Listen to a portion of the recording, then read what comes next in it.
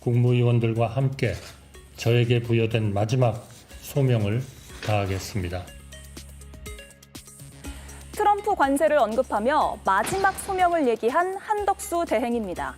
이 마지막 소명이 무슨 뜻일까? 출마냐 불출마냐 해석이 분분했는데요. 오늘 출마 선언을 할 거다. 민주화 원로들에게 도움을 이미 요청했다. 이런 보도가 나오더니 대정부 질문에는 말도 없이 결석을 해버렸습니다. 오늘 국무총리가 일방적으로 불출석했습니다. 양 교섭단체의 양해도 없었고 의장의 허가도 없었습니다. 기록으로 확인되는 한 국무총리든 대통령 권한대행이든 지금까지 없었던 일입니다. 이런 무책임한 태도가 반복되어서는 안 될 것입니다. 대신 비슷한 시각 총리 공관에서 트럼프 관세 관련 회의를 열었다고 합니다.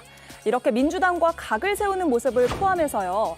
최근 나오는 여론조사도 한덕수 출마론에 불을 지피고 있습니다. 리얼미터 조사에 따르면 이재명 전 대표와의 양자 대결에서 한덕수 대행이 27.6%를 얻어 범보수 후보 중 가장 높은 지지도를 확보했습니다. 이런 분위기 때문일까요? 20명이 나올 거라던 국민의힘 경선은 점점 더 김이 빠지고 있습니다. 예상보다 규모가 줄어서 10명 안팎의 후보가 출마할 전망입니다. 오히려 한 대행이 포함될 가능성이 점쳐지는 제3지대 빅텐트에 이목이 쏠리고 있습니다. 네, 저희 방송에서 김보엽 의원이 수개월 전에 난가병이라는 신종 병명을 말씀하셨는데 난가병이 요즘에 그 여의도에서 굉장히 화제가 된다면서요. 난가? 그 다음에 나구나병까지 생겼다고 하는데 물론 그다음에 이제 난해병도 있어요. 예, 우리가 우스갯소리로 얘기는 하지만 급작스럽게 치러지는 대선 전국이다 보니까 나도 나갈 수 있는 것 아닌가 이런 생각들을 많이 하시는 것 같고 또 실제로 그런 여론조사 결과가 나오면서 더 그런 것들을 이제 키우는 거죠. 한덕수 국무총리 겸 권한대행은 한 번도 대선에 출마하겠다는 말을 해본 적은 없고 오히려 불출마 얘기도 안 했지만 출마 대선의 디귿자도 이야기하지 말라 이런 입장을 나타내고는 있습니다. 하지만 불출마란 세 글자는 얘기하지 않고 있어요. 그래서 계속 이런 해석을 낳고 있는 상황인데 민주당에서 오늘 한덕수 권한대행 고발했잖아요. 네. 공수처에 헌법재판관 지명이 위헌적인 직권남용이다. 이유인가요? 그렇죠. 그러니까 위헌적인 행위들을 대놓고 저지르게 되는 부분들에 있어서는 직권남용이다. 사실상 이제 한덕수 권한대행의 행태들을 보면 본인의 입으로 불출마하겠다라는 말을 딱 잘라서 얘기하지 않고 있습니다. 근데 행동은 마치 출마를 준비하는 사람처럼 하고 있죠. 근데 민주당 입장에서는 지금 한덕수 권한대행이 무슨 속셈으로 이 같은 위헌적인 행위도 서슴지 않고 하는지에 대해서 간파한 것입니다. 첫 번째, 이완규 법제처장을 헌법재판소장 후보자로 임명하고요. 이 말하자면 이 대통령 몫을 권한대행이 해서는 안 됨에도 불구하고 무리수를 뒀단 말입니다. 이게 이제 탄핵 유발을 유도한 것이다. 그러니까 나 좀 탄핵해줘 라는 것이거든요. 그리고 오늘 본회의 참석을 안 했지, 대정부 질문에 참석을 안 했지 않습니까? 네. 어떤 얘기도 없이요. 이건 또 뭐냐면 내가 지금 민주당과 맞서고 있다. 이 두 가지 측면이 뭐냐. 예전에 검찰총장이던 윤석열 전략을 쓰는 겁니다. 예를 들어서 민주당과 맞서는 핍박당하는 그런 형국을 만들어 놓고 본인이 탄핵을 유발시켜서 탄핵을 당하면 권한대행직을 그만두고 나와서 민주당의 핍박에 맞서서 내가 대차게 한번 들이받고 출마해 보겠다. 예. 이 전략을 쓰는 거를 민주당이 행간에 읽은 것이죠. 그렇기 때문에 그렇다면 탄핵은 당신이 원한 대로 해줄 수 없다. 조금만 기다려라 하고 어떤 공무원에 대한 직권남용죄로 공수처의 고발을 통해서 법적 책임을 묻겠다라는 차원에서 오늘 공수처에 고발한 것으로 보입니다. 예. 한덕수 권한대행은 불출마를 이야기하지 않고 있고 오히려 다른 인사들이 불출마 혹은 당내 경선 불참을 선언했는데요. 지난 주말 오세훈 서울시장이 경선 불참뿐만 아니라 대선 불출마를 선언했거든요. 일단 들어보고 이야기를 이어가겠습니다. 비정상의 정상화를 위해서 백의종군으로 마중물 역할을 하겠습니다. 정치인에게 추진력은 물론 중요한 덕목이지만 멈춰야 할 때는 멈추는 용기도 필요합니다. 비록 저는 출마의 기회를 내려놓지만 당과 후보들에게는 딱 한 가지만 요청드립니다. 다시 성장과 더불어서 약자와의 동행을 대선의 핵심 어젠다로 내걸어 주시기 바랍니다. 예, 백의종군을 선언을 했습니다. 당내에서는 한덕수 추대론이 일각에서 나오고 있고 그것 때문에 뭐 여러 이유가 있었겠으나 그 중에서도 큰 이유 중에 하나가 바로 한덕수 추대론 아니냐, 불출마의 이유가요. 그런 해석들이 있던데 맞나요? 그게 가장 큰 거죠. 그게 가장 크나요? 어찌 보면 유일하다고 봐요. 예. 왜냐하면 우리가 지난 이 탄핵 이후에 계속해서 어떻게 하면 조기 대선을 치를 수 있을까? 경선을 통해서 흥행을 만들어내자. 네. 그리고 거기에서 국민들한테 우리가 어떻게든지 설득을 하자. 이게 주 메인 어젠다인데 그거 지금 다 무너져 버리는 거잖아요. 왜냐하면 당내 인사들이 그것도 50명인지 60명인지 뭐 숫자는 파악되지 않았지만 하여튼 상당수의 현역 의원들이 한덕수 총리 대행 권한 대행을 추대하겠다고 그것도 일요일 어제였으니까 사실 어제 아침에 오세훈 시장은 출마 선언을 하기로 되어 있었거든요.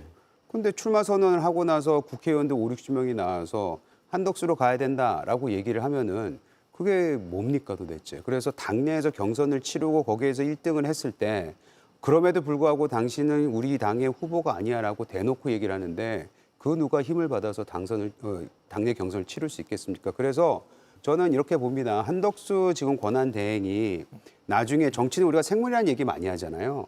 만에 하나 한 달 후에도 혹시 모르죠. 이재명 대표와 관련해서 여론조사를 돌렸는데 뭐 굉장히 비등비등하게 나온다. 그거는 이제 국민의 선택권이거든요. 그랬을 때 우리 후보들은 다 아무것도 아닐 때는 그때 가서 이런 상황이 이러다 보니 나와 주십시오라고 요구는 할 수 있어요. 근데 지금부터 당내 인원들이 모여서 몰려다니면서 그 얘기를 하는 건 매우 부적절하고 지금 제가 봤을 때 우리 당내 경선은 힘이 다 빠져서 이걸 어떻게 수습할지 당원의 한 사람으로서 매우 걱정입니다. 예. 자, 여론조사도 지난 주 후반부터 한덕수 대행이 등장하기 시작했습니다. 오늘 나온 여론조사를 보면 이재명 54.2, 한덕수 27.6%, 가상으로 양자 대결을 붙였을 때 저런 수치가 나온다는 게 오늘 리얼미터의 여론조사 결과고요. 그리고 다른 국민의힘의 주자들과 비교했을 때도 오차 범위 안에 있기 때문에 가장 높다 이런 표현을 쓸 수는 없겠습니다만 수치가 최상위권에 있는 것은 맞아 보입니다. 김성열 위원님, 예. 개혁신당에서는 어떤 시각으로 보고 계세요? 한덕수 추대론 아니면 차출론 이런 얘기까지 나오는 국민의힘에 대해서요? 글쎄요. 국민의힘에 그만큼 후보가 없다는 증거가 아닐까 싶습니다. 뽑을 사람이 없다고 본인들도 그렇게 생각을 하는 것 같아요. 그러다 보니까 이제 뭐 한덕수 총리에 대해서 지지율이 저렇게 나온다라고 보는 것 같은데요.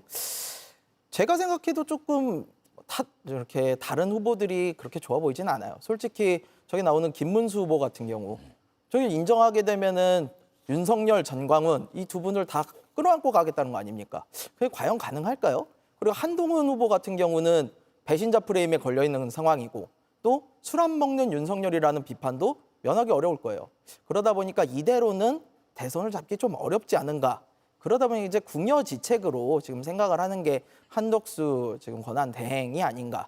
거기에 지금 이준석 후보도 이제 3자 구도에서 두 자릿수 지지율을 잡기 시작했거든요. 그럼 그것까지 합쳐가지고 반 이재명 구도로 선거를 치러보자. 물론 저희 생각은 전혀 아닙니다만 그런 생각을 좀 하시는 것 같아요. 그래가지고 저는 근데 이거 관련해서 사실 이 정도 되면은 앞서서 이재영 전 의원님께서도 말씀 잘 주셨는데 국민의힘의 경선에 대해서 스스로 저렇게 김을 빼고 그러면은 이 정도 되면 아예 후보 안 내야 되는 게 아닌가 싶습니다. 왜냐면요.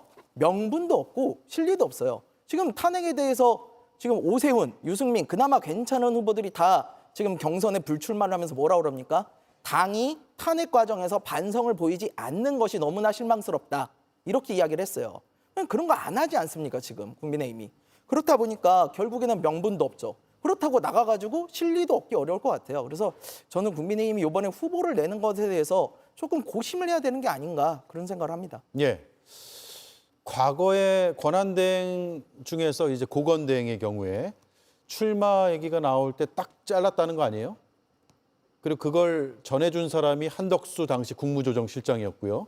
그렇게 출마해야 된다는 얘기가 있습니다. 그랬더니 무슨 출마냐 하고 딱 잘랐다고 하는데 한덕수 권한대행은 딱 자르지 않고 있습니다. 그래서 해석이 계속 모락모락 피어오르고 있는데 오늘도 이걸 어떻게 해석해야 될지 직접 들어보고 시청자들께서 판단해 보시죠. 각 부처 장관들께서는 이해관계자의 우려 등 여러 어려움이 있겠지만 전략적 대응 방안을 구체화시켜 주시기 바랍니다. 저 또한 그간의 통상 경험을 바탕으로 관련 네트워크 등을 10분 활용하여 국무위원들과 함께 저에게 부여된 마지막 소명을 다하겠습니다. 예, 마지막 문장에 해석이 많이 따라붙고 있습니다. 저에게 부여된 마지막 소명을 다하겠습니다. 예, 김보엽 위원님. 예, 통상적으로 저런 발언은 이제 대통령 권한 대행으로서 대선을 공정하게 관리하고 현재 위기 타개를 위해서 집중하겠다. 이게 공직으로서의 나의 마지막 봉사다. 네. 이렇게 해석하는 게 맞죠. 근데 저는 이 메시지를 보면서 메시지 전문가가 붙었구나 그런 생각을 했습니다. 보십시오. 그동안 통상 경험을 바탕으로 나는 통상 전문가다. 지금 트럼프 행정부 미국 등장 이후로 지구가 몸살을 앓고 있다. 우리도 그렇다. 나 같은 통상 경험이 매우 중요할 것이다. 라는 얘기를 하고 싶었던 거고요. 국무위원들과 함께 저에게 부여된 마지막 소명을 다할 것이다.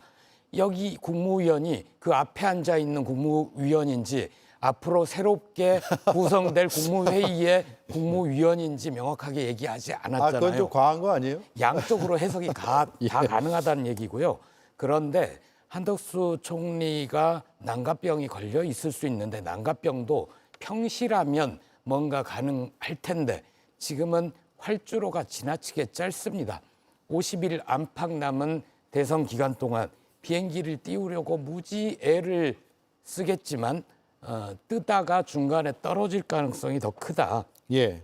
오세훈 서울시장 불출마하면서 이런 얘기를 했습니다. 지금 보수 정치는 국민에게 짐이 되고 있다. 국민에게 근심거리가 되고 있다. 비정상의 정상화도 얘기했는데 비정상의 정상화라는 건 그런 정당이 황골탈퇴도 하지 않으면서 어디선가 후보를 꼽아서 이번 대선에서도 다시 표를 달라고 한다? 이거는 상식적으로도 말이 안 되죠. 비정상의 정상화라면 국민의힘은 당연히 위원정당 심판받아서 해체되는 게 맞습니다. 예. 앞으로 어떻게 되는 겁니까? 그 한덕수 대행. 저는 뭐 한덕수 권한대행은 출마하는 게 거의 99% 규정사실이라고 생각해요. 어느 대목에서 그렇게 느끼셨어요? 마지막 소명을 다할 것이다. 그 앞에 가로가 있죠. 출마하기 전까지. 예. 예, 출마하기 전까지고요. 제가 5월 4일이 공직사퇴 시한이라서 저는 5월 3일 5월 3일. 정도까지는 마지막 소명을 다할 거라고 지금 생각하면서 얘기를 하는 것인데 명확하게 제가 왜 한덕수 권한대행의 출마를 점치냐면 첫 번째는 지금 민주당과 각을 세우는 걸 서슴지 않고 있습니다. 권한대행은 한 50여일 앞으로 다가선 조기 대선을 관리하고 말씀한 대로 현재 관세 통상에 대해서만 현상 유지만 해도 되는 자리고 분주합니다. 네. 그런데 지금 정치권의 출마 러시에 휘말려서 본인이 지금 어떤 선택을 해야 될지에 대해서 명확한 입장을 안 밝히잖아요. 저는 이 부분에 있어서는 이미 마음은 정해졌다. 그리고 한덕수 권한대행의 출마를 제가 점치는 건 지금 현재 국민의힘의 전체 판이 보이는 손에 의해서 움직이고 있다. 윤석열 전 대통령의 보이는 손. 이게 대선을 향한 보이는 손이 아니라요. 한동훈만 막아라 라는 판들이 움직이고 있다. 예. 나경원 의원이 출격을 하고 거기에 맞춰서 오세훈 서울시장이 퇴장을 하고 그다음에 한동훈의 차출설이 나오는 것들은 결국에는 허들 자체를 탄핵 세력에 반대했던 그러니까 탄핵을 찬성했던 한동훈이 당을 장악하게 하는 것은 안 된다. 라는 그냥 그 시그널이에요. 아, 그래요? 저는 이 대선에 있어서 수치를 보지만 이미 이재명 대표는 과반이 넘는 여론조사를 가지고 가고 있습니다. 한덕수 대행이 어떻게 해서든 처음부터 나왔다 하더라도 저는 이 게임이 쉽지 않은 상황이라고 봐요. 그럴 때는 결국엔 내란 세력이 그나마 지탱할 수 있는 구조를 만들려면 한동훈 이 후보가 되면 안 되는 것이고 최소한 그 지금의 친윤 세력들과 그리고 한덕수 권한대행이 이 국민의힘을 지켜서 3년을 버텨야만 윤석열이 가고자 하는 새로운 길에 마중물과 말하자면 수발을 들 수 있는 예. 나름의 기틀을 마련한다는 차원에서의 전략적 움직임이 있다. 그렇게 보는 게 가장 합리적일 것 같습니다. 한동훈 전 대표를 막기 위함이다. 한덕수 저는 그렇게 보고 차출론이. 있습니다. 예. 그 우리가 여론조사를 보면은 여러 여론조사를 보면서 어떻게 트렌드를 보잖아요. 그럼 한 가지 봐주셔야 되는 여론조사도 있다고 봐요. 뭐냐면 탄핵됐죠. 탄핵 이후에 국민의힘 내부에서도 8대0의 이 탄핵 결정에 대해서 다 수긍합니다. 윤석열 대통령이 당내에 굉장히 큰 무슨 보이지 않는 손, 뭐 또는 보이는 손 이 역할을 하고 있다라는 부분에 대해서 저는 동의할 수가 없고요. 예. 한덕수 총리를 만약 권한대행을 뭐 대통령 후보로 모시려고자 하는 그런 움직임이 있다면은 그리고 그게 만약 친윤 세력이 중심이 되잖아요. 될 것도 안 돼요. 이미 벌써 한 2년 동안 그 시도를 해왔고 할 때마다 실패한 걸 저희가 봐왔습니다. 그렇기 예. 때문에 저는 그렇게 보이지 않고 다만 아까도 말씀드렸듯이 정치가 생물이기 때문에 한덕수 권한대행에 대해서 국민이 끌어내느냐 마느냐는 건 국민이 선택할 일이지 국민의힘이 그 어떤 일을 해도 저는 영향을 미칠 것 같지 않습니다. 예. 딱 한마디만 하면 아까 예. 나왔던 얘기. 한 말씀 하시고 한 예. 말씀 하시고 마칠게요. 윤 어게인이라는 구호는 가장 어울리는 곳은 서울구치소다.